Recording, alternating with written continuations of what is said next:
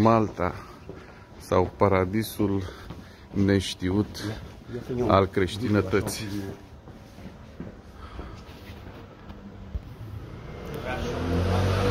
Acum uitați-l pe Părintele Ioan, se află aici în Valeta. Salutări din Malta, insula care a fost creștinată de Sfântul Apostol Pavel în anul 60 după Hristos. Sfântul Apostol Pavel fiind considerat de altfel și tatăl maltezilor, pentru că el în decurs de 3 luni a creștinat majoritatea insulei, inclusiv pe guvernatorul Publius, care, din ce știu, are moaștele în orașul tăcut, numit și Mdina, care se găsește la jumătate de oră sau chiar mai puțin de aici, din Valeta. Mulțumesc, Cătălin. Să rămână, Părinte, dați-ne o binecuvântare. Dumnezeu să-l binecuvânteze pe Cătălin, să ne ajute în excursia pe care am început-o. Și aici au și statuia Sfântului Apostol Pavel.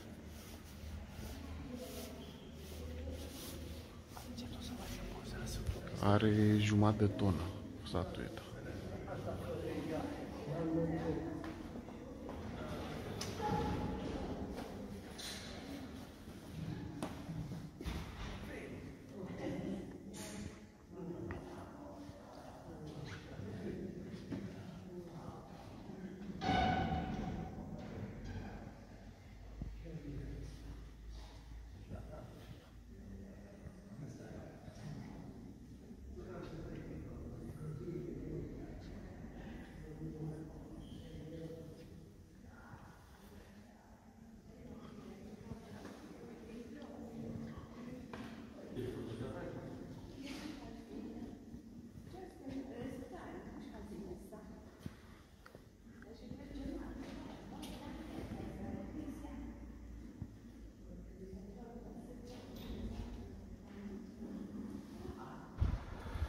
Doamne ajută, iubiți creștini, mă aflu departe de România, mai exact în locul meu favorit, dacă nu mă aflu în Ierusalim, este în insula Malta.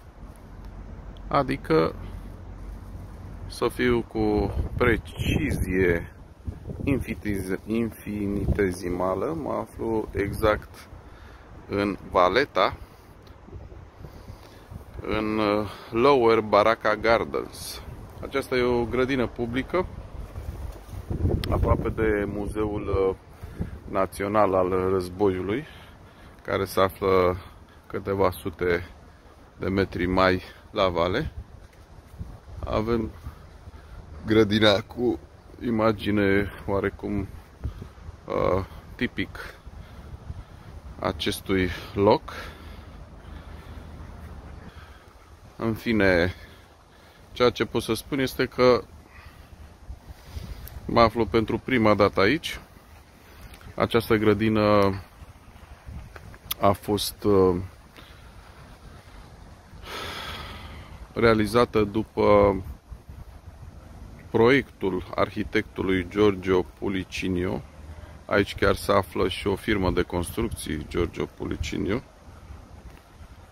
Acest arhitect a creat această replică, practic, a templului grec din antichitate, care se găsește în partea Eladei. Imagine de vis, zonă superbă, cald, numai bine să fie aici. Doamne ajută, pe curând!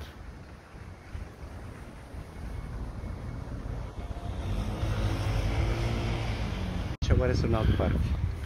Stimați și iubiți creștini, aici se află o statuie replică, practic, a episodului din Sfânta Evanghelie, când, pe la anul 60, Sfântul Apostol Pavel, naufragind în insula Malta, a fost mușcat de o viperă. Știm că Sfântul Apostol Pavel nu a murit și din acel moment maltezii au început să-l cinstească ca pe Zeus. Deci aici, aproape de grădinile maltezilor, se află această statuie, practic, a naufragiului, sau în cinstea naufragiului Sfântul Apostol Pavel și a amintirii despre această minune cu Sfântul Apostol Pavel când a fost mușcat de viperă. Practic se vede cumva, da, șarpele sau vipera încolăcind mâna Sfântului Apostol Pavel. Doamne ajută, salutări din Malta, din capitala Maltei, din Valeta. Sănătate și voie bună!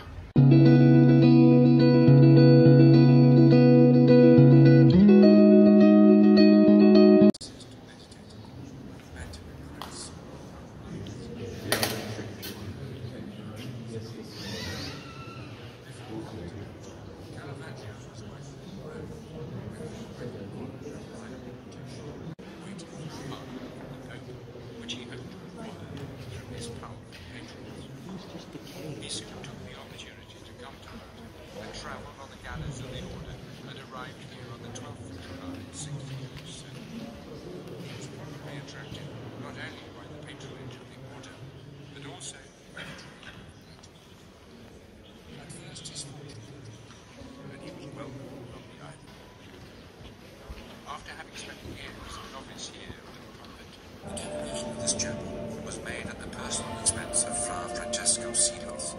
He was ambassador to the Viceroy of Sicily.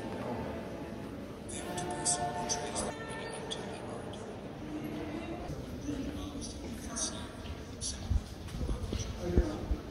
It bears the date 1576. Between 16 when he was thrown off his horse and caused by a bright light that blinded him. Christ spoke to him, and he was converted to Christianity, and here Preti was commissioned to produce this painting in 1668 by the French novelist to whom I call Angel. The author painted also in Celsius.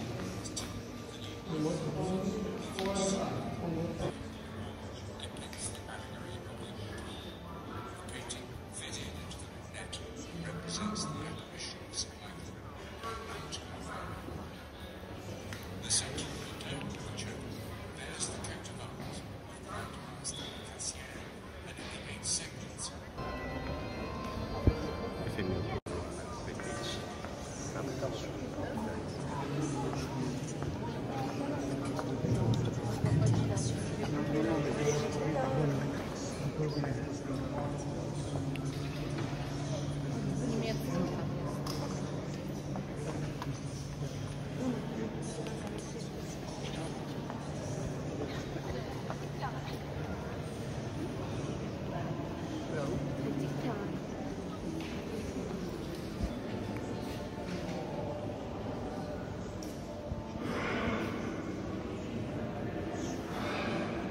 Artist Stefano Errani, who came from a family of well-known artists.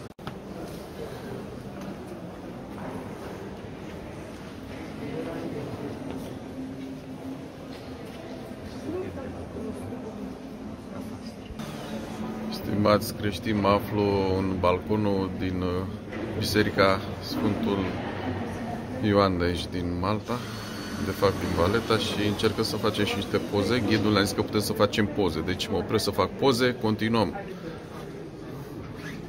după. This clock has 6 hours clock, not 12.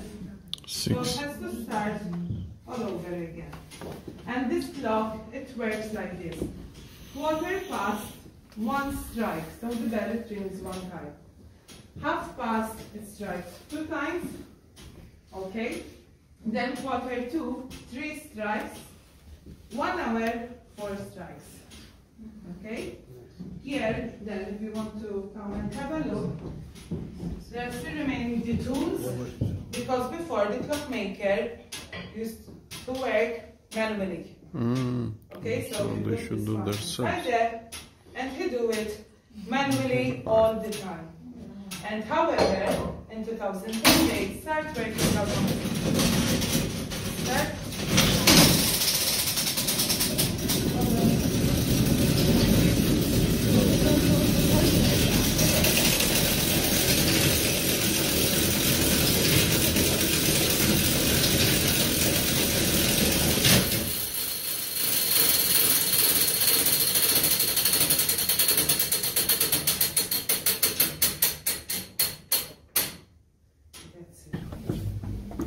Părinte, așa cred că amețesc sfinții că se uită la noi din rai.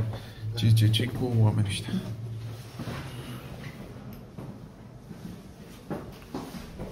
aici e frânghia, stimați privitori, de unde se trăgea clopotul care se află la etaj, aici în Catedrala Sfântul Ioan. Pentru că era un mijloc de a rezolva problema mult mai ușor decât să te duci până sus pe acoperiș să tragi clopotul. Doamne ajută, am văzut și ceea ce trebuia văzut: balconul, ceasul și clopotele de la catedrala de aici, din Malta Sfântul Ioan, unde slujba începe la în fiecare dimineață la ora 8:30 și se aud și clopotele care sună de 33 de ori, reprezentând vârsta Mântuitorului.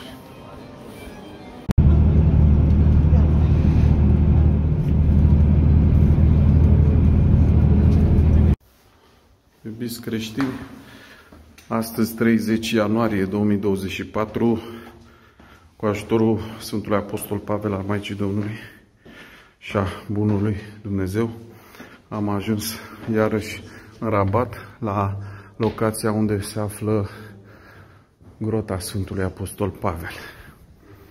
Aici e loc de pelerinaj pentru adevărații creștini și pentru cei care iubesc credința.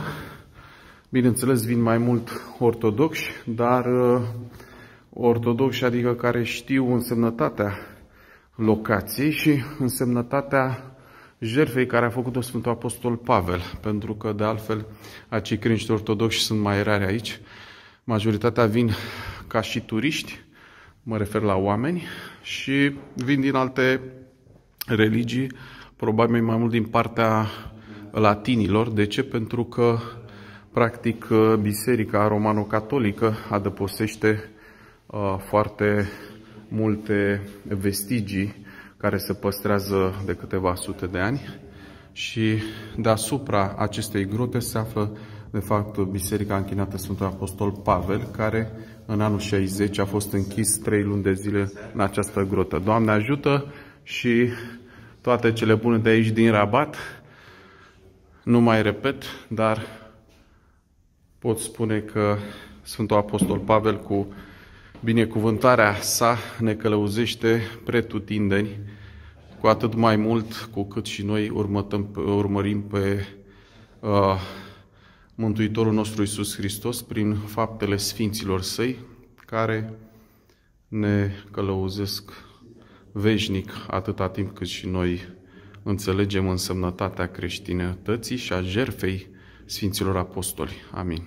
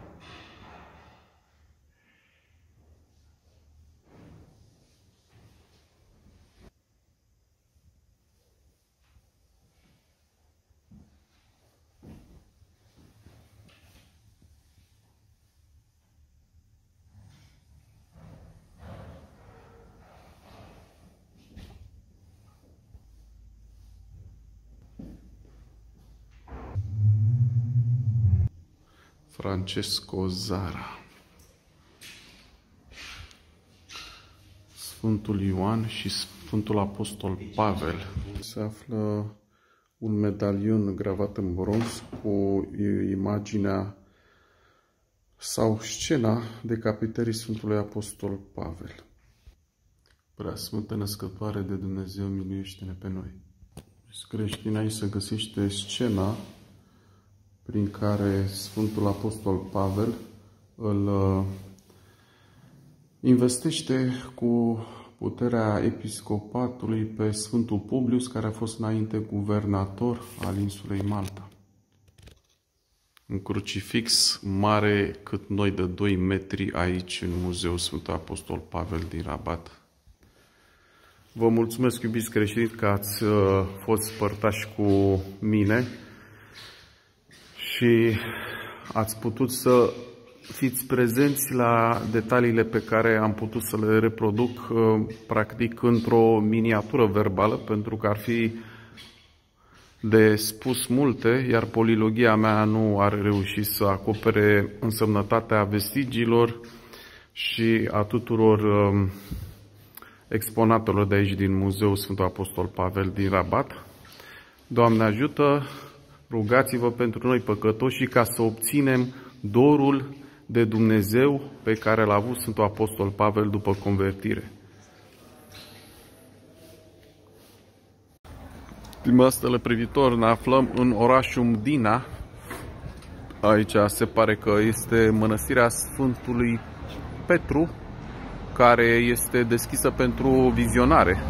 Și acum, dacă putem să facem ceva înăuntru, să vizionăm, încercăm.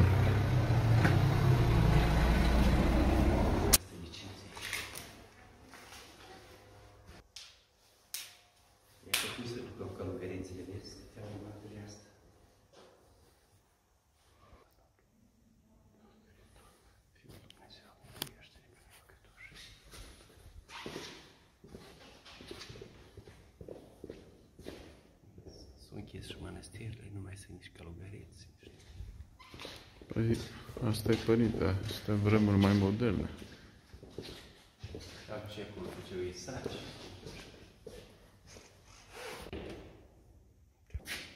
Aici era baia lor, probabil, așa? Părinte, aici se spălau hainele. Se spălau hainele. Ah, da. Această locație a fost construită în 1720.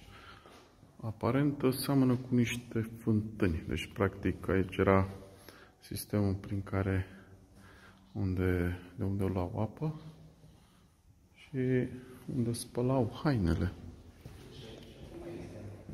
Doamne miluiește, Doamne miluiește, Doamne miluiește. Uite, avem și portocali, părinte, aici. Uitați-vă ce grădină, zici că ești în paradis. Atât. Ce să fac poză? Fac poză la paradisul pământesc. Dragi iubiți creștini, aici se află unul din dormitoarele care a aparținut prin secolul XVIII monahilor de aici din Mdina. Se vede că totul este păstrat cât mai intact din acele timpuri.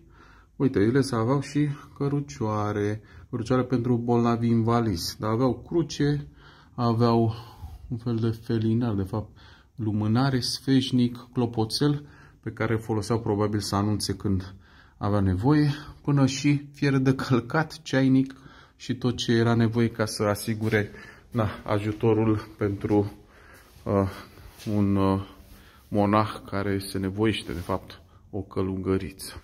Aici este o altă cameră a măicuțelor. Practic este un fel de pinecotecă în miniatură, unde se păstrau vinurile și băuturile alcoolice și non-alcoolice ale mănăstirii.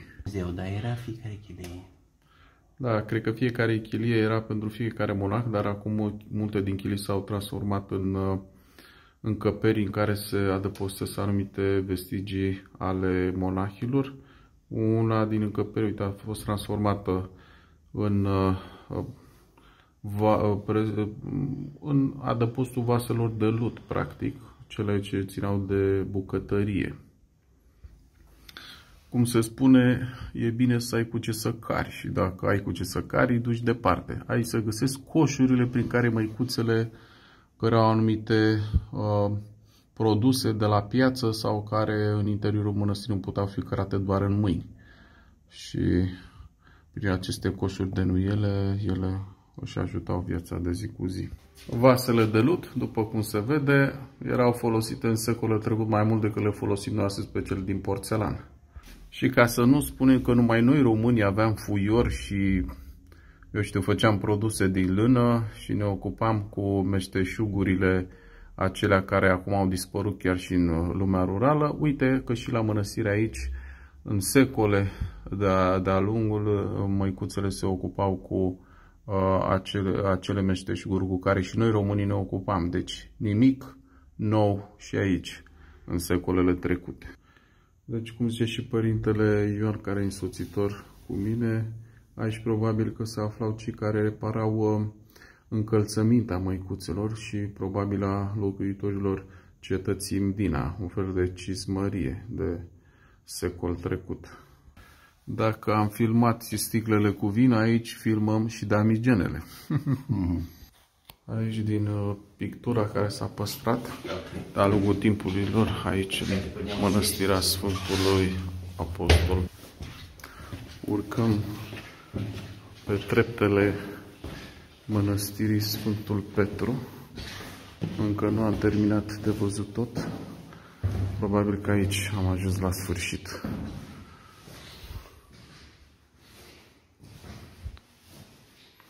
Aici cred că e închis. Și aici, iubiți creștini, se află toate evenimentele care au însoțit episodul mântuirii neamului creștinesc și românesc, da? Adică începând de la zarurile cu care cei care au luat clamida Mântuitorului au jucat pentru a se îmbogăți cu haina Mântuitorului, probabil că erau săraci soldații romani. Așa, după aia, cu sabia care a folosit-o Sfântul Apostol Petru de a tăiat urechea lui Marcus, cu ciocanul, piroanele, sulița, potirul care se referă la joia cea mare când a fost trădat, cocoșul, scara și până la urmă punga de arginți care ne mănâncă pe toți în zilele noastre, mai ales care se propovăduiește până în clipa de față prin acea megalomanie, oamenii vor să fie mari și până la urmă mercantilismul. Da, părinte, ce spuneați? Și uretele și biciul. Asta am zis, și biciul, da, și cleștele, cununa de spini, mahrama pe care Sfânta Veronica a folosit-o. Coborul jos, luceafă rujlând. Pe privitor aici este un balconaș care îmi place. Dacă aș avea o casă cu un etaj, pe bune, dacă nu mi-aș face un balcon ca ăsta, mi-aș pune un scăunel deasupra o lampă, lângă o iconiță și în rest aș citi în fiecare zi. Asta aș face. Și o cană cu apă. Sau mai multe sticle cu apă. Doamne ajută și spor la citit. Salutări din Dina. Fratele privitori, un nou episod din magnifica grădină Baraca. Bine, grădina de sus, că sunt și cele de jos.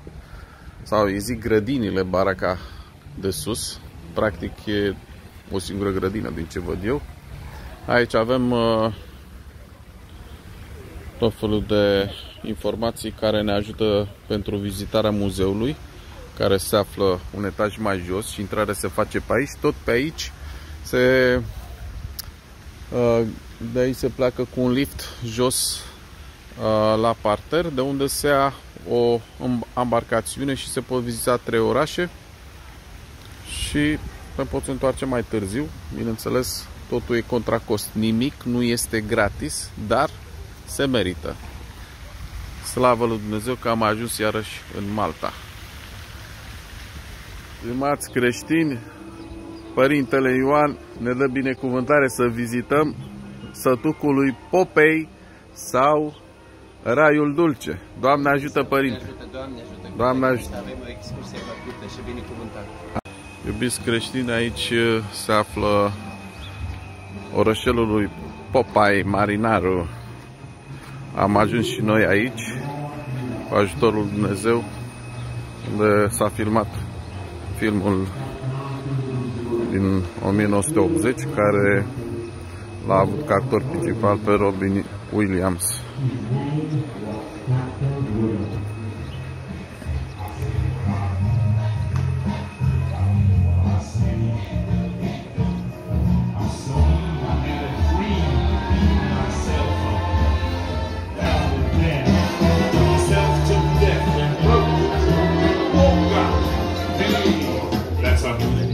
That was a very special day for Captain Bluto.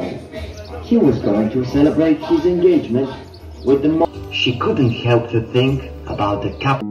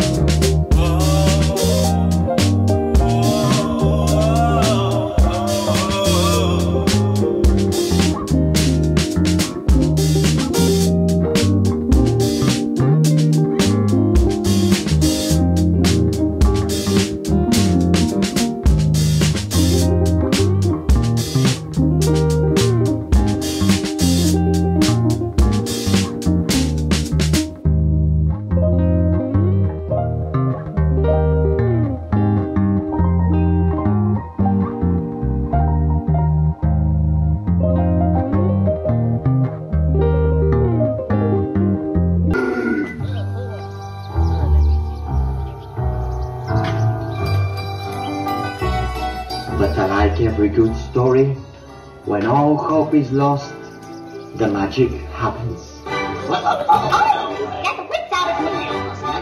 Don't you see which direction I'm facing? And it was love and first sight. Wait a moment. Almost there. It's coming. And there we are.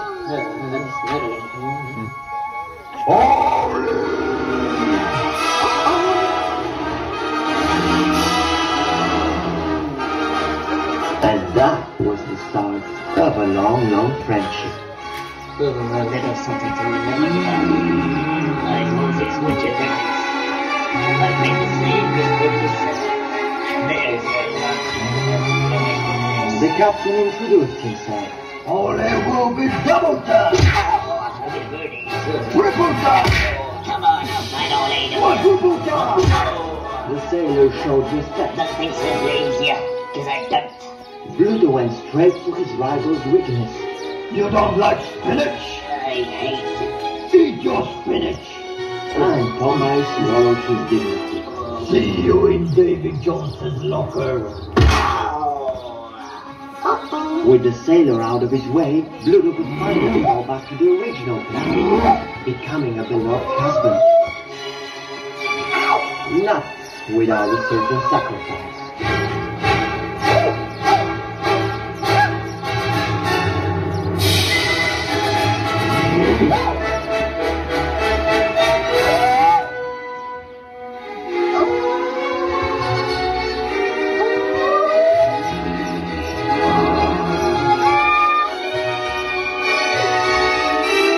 And it's exactly here an unfamiliar storm of energy and iron surged through Popeye's body. Waves of muscular contractions boost the absorption of nutrients, calcium, magnesium, potassium, sodium, vitamin A, B, C, E, K, Y, and C, A. Everything appeared so clear. His biggest weakness became his greatest strength.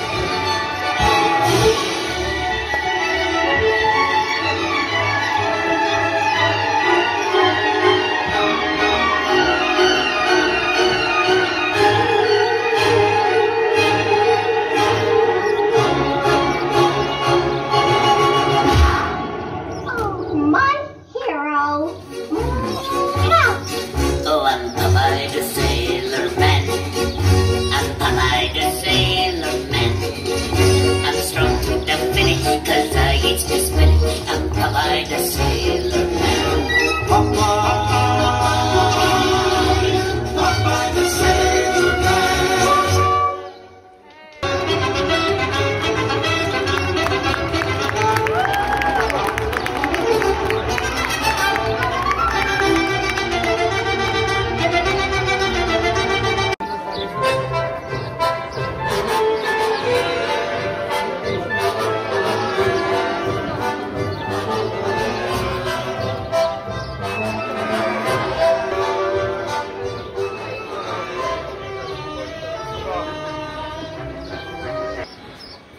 Fructele cu care se hrănea Popeye marinarul.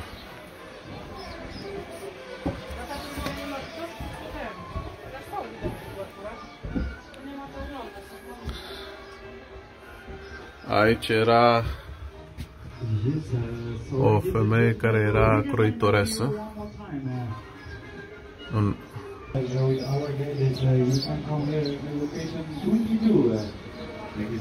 Aici se afla cabinetul dentistului, unde cei din orașul lui Popeye, numit și Raiul Dulce, aveau asistență medicală. Continuă călătoria până la oficiul poștal, de unde oamenii își luau scrisorile sau trimiteau. Uite aici capitanul Bluto, care era inamicul cel mai apropiat de Popeye. De fapt, el nu era inamic, dar se făcea pentru că îl oarecum ura pe Popeye. Ia să vedem ce scrie: Sweet Pea and Sweet Heaven. Deci se vede și numele Sweet Heaven. Iubiți creștini, suntem în explorarea orășelului cu gust de miere, a orășelului numit Sweet Heaven, unde Popeye marinarul a trăit. Bine, aici s-a filmat filmul, dar bineînțeles că pentru copii este binevenită și această plimbare. Pentru copiii mari și copiii mici. Așa de.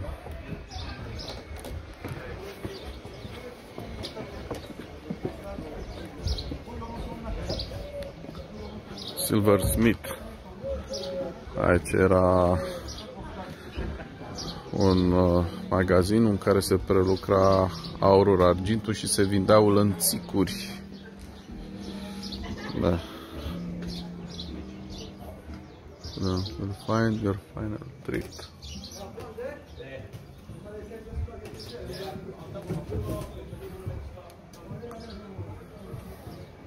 Apele azurii, unde ar trebui să facem o băiță, dacă ne va permite vremea. Acum e ianuarie, ultima zi din ianuarie, adică 31 ianuarie 2024. Vântul bate în față, exact cum am anticipat de ieri.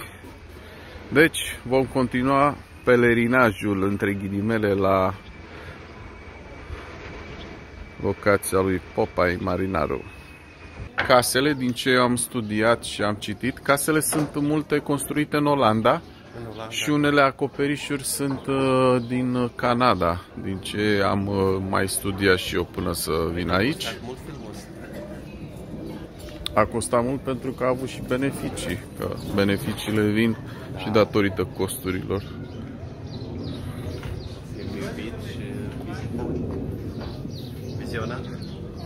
Da.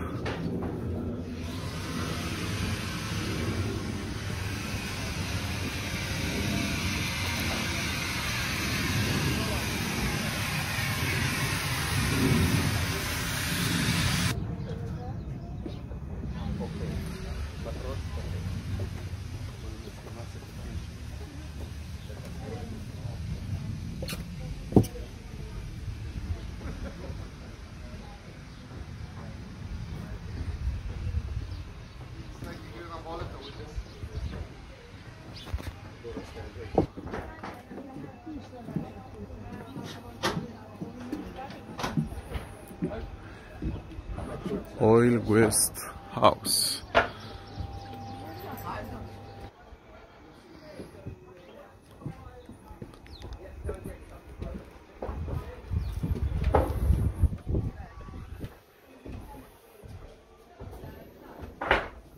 Casa oaspeților lui Olive. Aici e patul lui Popeye marinarul. Aici a fost găzduit pentru că era casa de oaspeți, iar Popeye a stat aici. De fapt, aici s-a filmat scena din filmul Popeye Marinarul din 1980, unde Robbie Williams a stat în acest hamac pentru că patul, când s-a așezat Popeye, s-a rupt în două, practic, pentru că camera era nefolosită, practic. Și asta este. Să mai avem și cărți. Astea probabil că sunt din timpul filmărilor. Aici e unde Popeye Marinarul ținea o fotografie a tatălui său.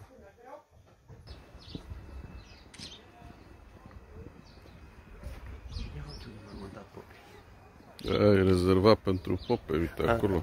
Ia să apropii mai tare. Deci l-ai pentru Popeye, l-ai pentru Olive. Și uite, e cineva acolo care are și cruce. Lui Popeye nu i-a pus cruce. Probabil că nu a fi murit sau cine știe.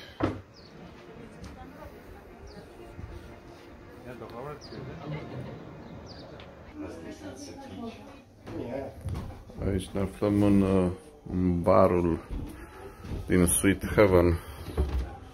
Butoaie, mese. M-aș așeza și eu să beau ceva cu Popeye, dar nu e aici.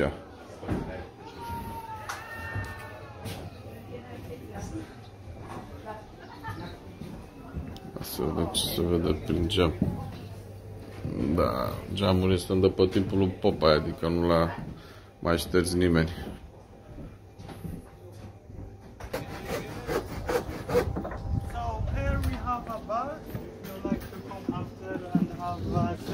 With a beautiful view and enjoy.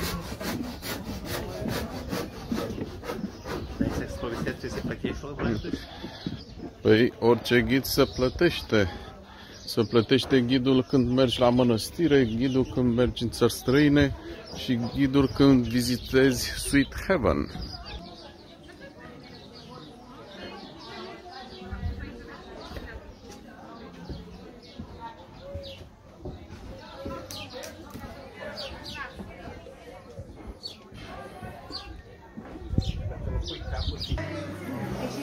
Filmele care s-au filmat aici în această zonă, Monte Cristo, Gladiator.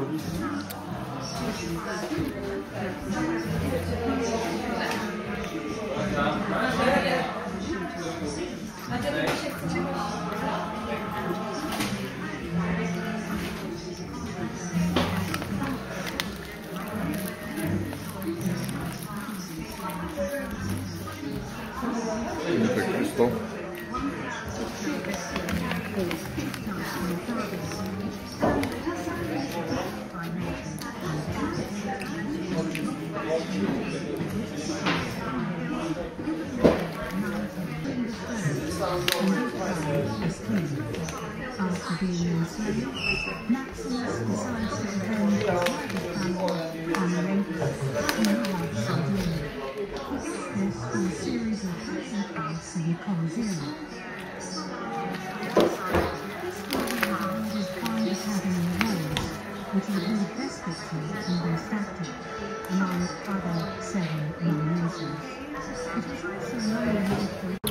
Stimați privitori, mă aflu la orașul lui Popeye, aici unde s-au filmat câteva producții internaționale.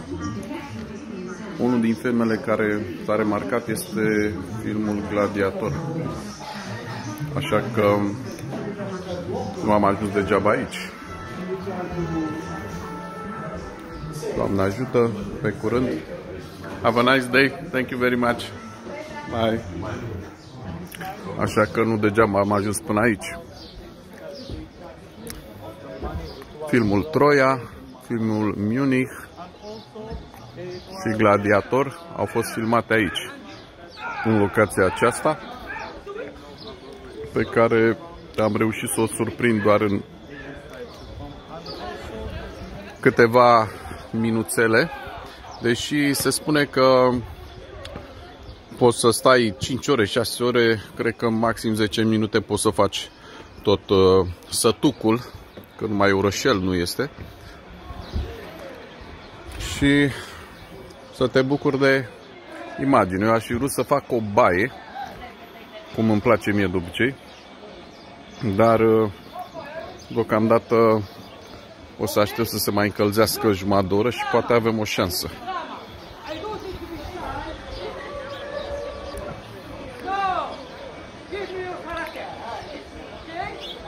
Salutări de aici din Popeye Village.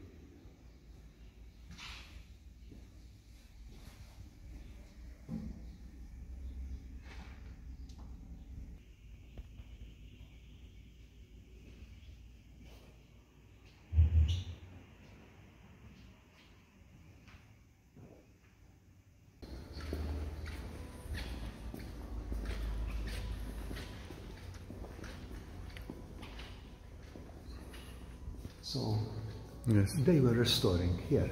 You see that? Yes. That painting. And, Yes. And that is. And there, I can see from here. Yeah.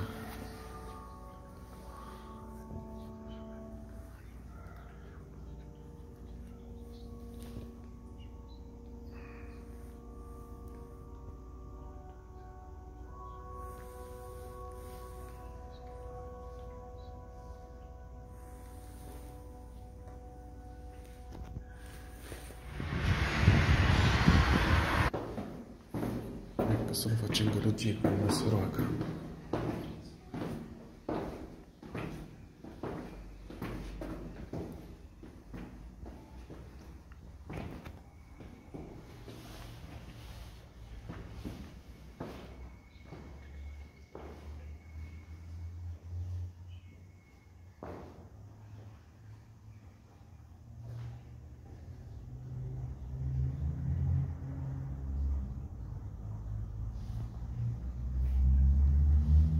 Stimați teleprivitori, mă aflu la Mostar Rotunda.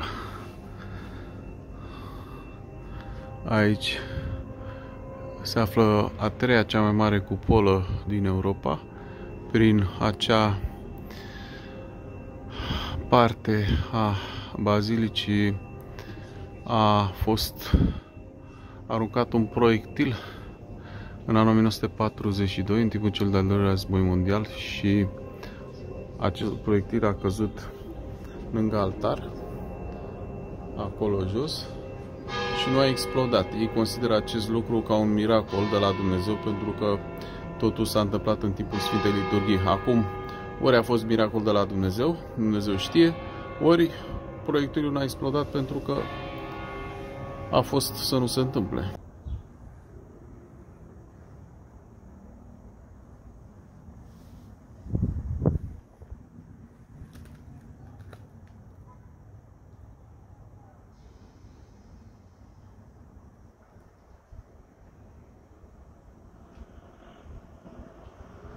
La Emanuel, locul animalelor adăpostite. Probabil că sunt la plimbare acum, fiecare cu locația lui. Uite, ca la hostel în aer liber. Camera 4, 5, 6, 7, 8 și mai e și o rezervă. Sau probabil pentru pisici, uite, una mai a plecat. O fi pentru pisici, eu am zis că sunt pentru câini.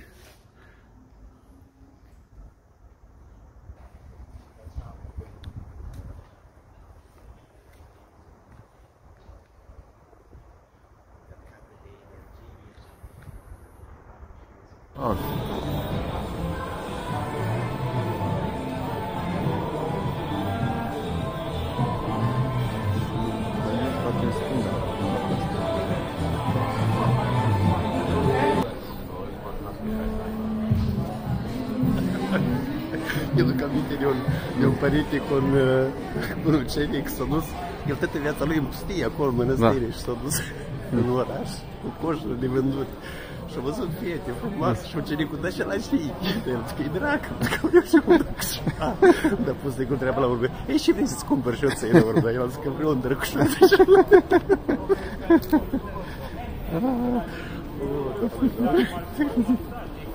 Și îi aduc aminte și el zic că îți preot și el, dar uite că și-i frumos, și muzică, și luminiță, știu, Doamne, iartă.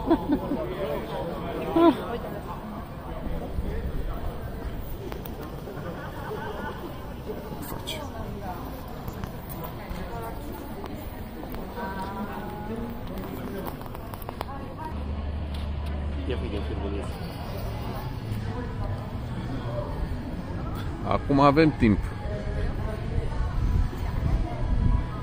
Aici e fațada Catedralei Sfântul Ioan, care înainte avea pe aici intrarea principală, dar acum are ieșirea pe aici și intrarea principală este pe lateral.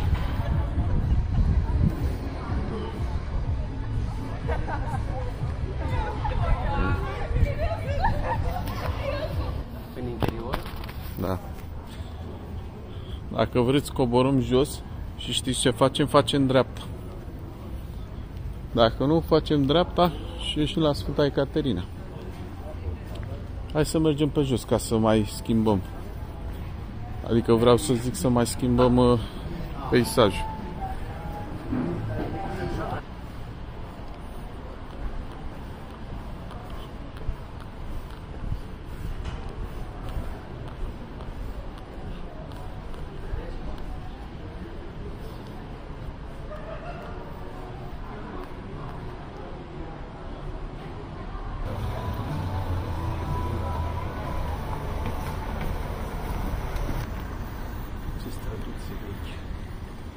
Da. Aici o fi o biserică, ce? Un bar.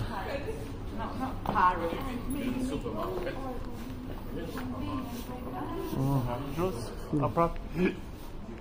Uite, Palatul Melita. Și hotel?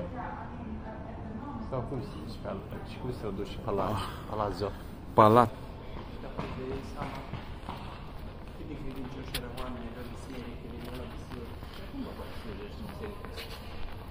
Păi da, că poate găsim. Gambrinus, asta ce e? Asta firmă? Gambrinus. A fost bere românească, da? Da, și pe mi-aduc aminte ceva de Gambrinus. Ia, stai să văd aici. A, exact de unde am plecat. Deci, Catedrala Sfântul Ioan.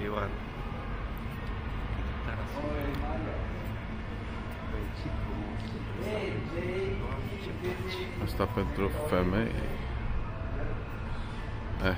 Haideți pe aici. Jean de Valet. Mai încercăm încă o dată și pe partea asta, dacă nu, rămâne mâine să găsim. Da, nici Dumnezeu. o meseală, nici nimic nu au mai aici. Da. Dumnezeu le-a dat și lor cum a considerat mai bine. O meseală la noi, frig. Păi, s-a mâncat tot aici la patiserie, ce-am patiserie.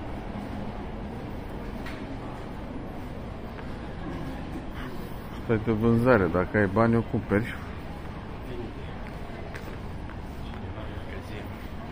Tiffany Gelaterie. Asta altă biserică aici. Da.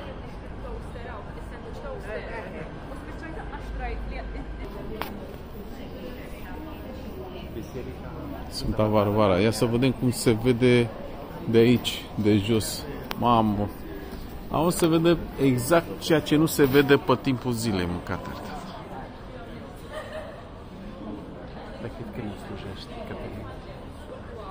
Creștini, ne aflăm în Valeta, mai precis spre marginea Valetei, unde sunt foarte multe locații istorice, quiz religios.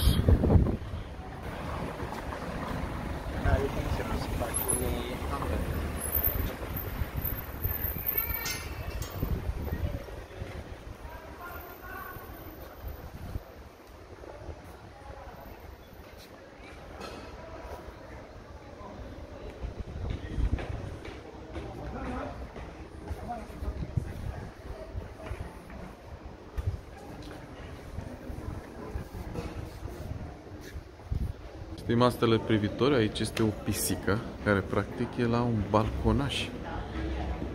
Uitați-o. Ce frumos se vede cum s-o fi dus acolo în coș. Ia să dăm mai în spate așa, să imaginați mai în spate. Că de pe balcon s-a suit acolo. Distanța nu e mare. Da. Deci, asta e pisicuța. Și doarme acolo, deci de pe balconaș s-a dus acolo un alt balconaș, balconașul pisicii, ăsta numesc, balconașul pisicii din Valeta, de pe strada Ursula.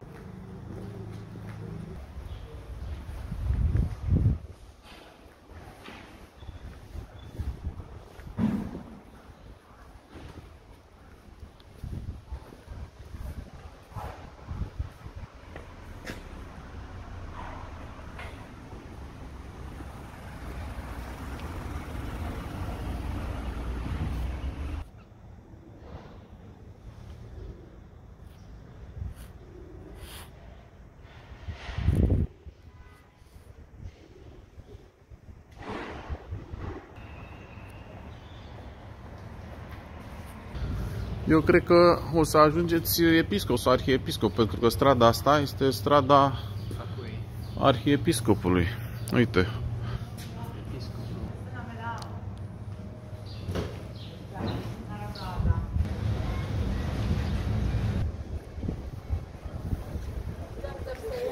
Monumentul eroilor maltezi.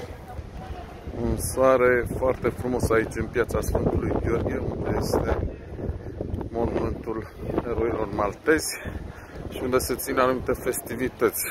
Și când e cald, așa acum, că e început de februarie.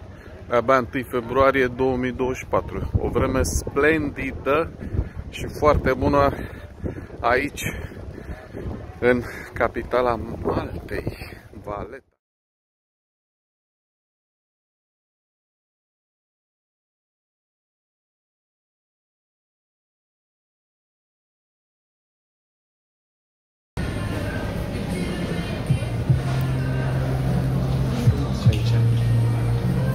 Ce lumină multă.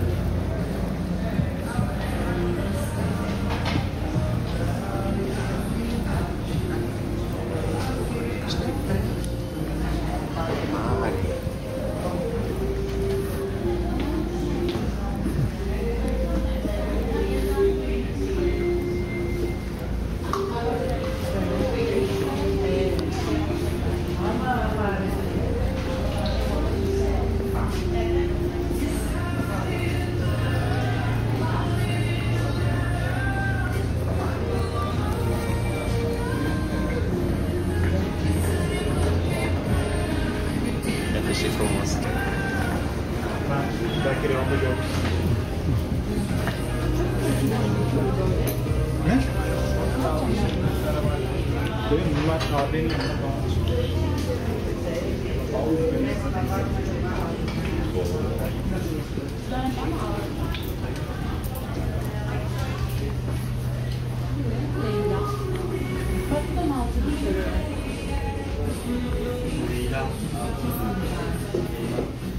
Caravaggio.